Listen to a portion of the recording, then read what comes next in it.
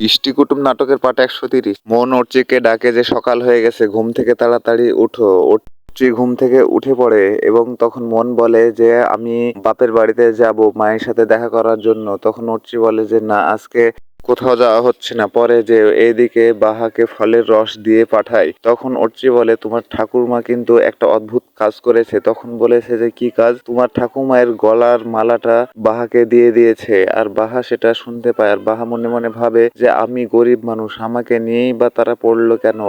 দিদিমণিটা ভাববে হয়তো বা আমি চেয়েছি, তার জন্যই আমাকে দিয়েছে, কিন্তু আমি তো চাইনি। এ কথা বলার পরে বাহা ডাকতে থাকে যে দিদিমণি আমাকে ফলের রস পাঠাইছে, আমি কি আসবো? তখন বলে দরজা খোলা আছে, চলে এসো। তখন বাহা ফলের রস নিয়ে ভিতরে ঢুকে। বাহাকে দেখা মাত্রই অমনি মন নিচে নেমে যেয়ে বলে যে এটা আমার ঠাকুমা দিয়েছে। তখন বলে যে হ্যাঁ, আর আমি এটা তো চাইনি দিদিমণি, তোর যদি লাগে তাহলে তুই নিয়ে নে, আমাকে এটা পড়তেও ভালো লাগছে না। তখন বলে যে আরে না, আমি এমনিতেই দেখতে চাইলাম, তুমি এ কথা বলছো কেন? তুমি আমার এই কাপড়গুলো সুন্দরলালকে দিয়ে একটু কাচিয়ে নিও তো, আমি ফ্রেশ হয়ে আসি। এ কথা বলে মন চলে যায়। কাপড়গুলো নিয়ে বাহা চলে যেতে লাগে। অর্চি বলে যে দাঁড়াও বাহা, তোমার সাথে একটু কথা আছে। তুমি 2টা গ্লাস নিয়ে এসেছো, তুমি নিয়ে যাও একটা। তখন বলে আমি নিয়ে যেতে পারবো না, একটা দিদিমণির জন্য আর একটা তোর জন্য পাঠিয়েছে, তোকে খেতে বলেছে। অর্চি বলে যে তোমার কাকিমারা পাগল হয়ে গেছে, কিন্তু আমি এখনো পাগল হইনি। তোমার শরীর থেকে অনেক রক্ত গেছে, তোমাকে খাওয়া লাগবে, নিজের যত্ন নিজেকে নেওয়া লাগবে। যাও তাড়াতাড়ি নিয়ে যেয়ে খেয়ে নাও। আর বাহা সেই গ্লাসটা নিয়ে যে একাই কান্না করে। গ্লাসটা দেখতে থাকে যে আসলে আমাকেই দিল।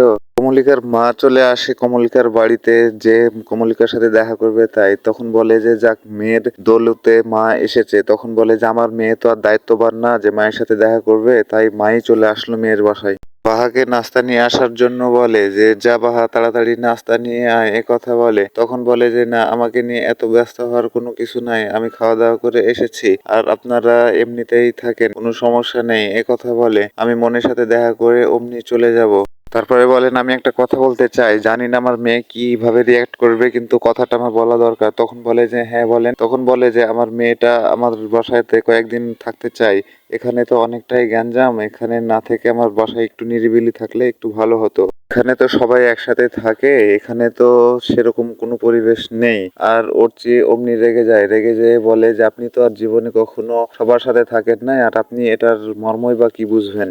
মন বলে যে মা হয়েছে, থামো তো এবার, আমি তো যেতে চেয়েছিলাম কালকে, তুমি তো আসলা। তখন বলে যে আচ্ছা ঠিক আছে, সমস্যা নেই, এ কথা বলে। আর পরিবারের সবারই একটু মনটা খারাপ হয়ে যায়। আর বড় কাকিমা বলে যে আমি একটু রুমে যাই। আর অর্চি বলে যে না, কোথাও যাবা না, তুমি এখানেই দাঁড়িয়ে থাকো, তুমি কোথায় যাবা?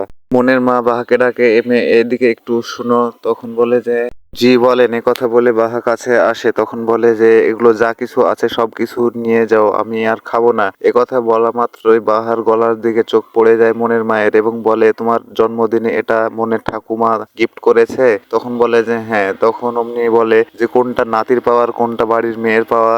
এখন পর্যন্ত হুঁশ বুদ্ধি কিছুই আসলো না, বয়স হয়ে গেছে তো, আর কোনো জ্ঞান বুদ্ধি কিছুই নেই।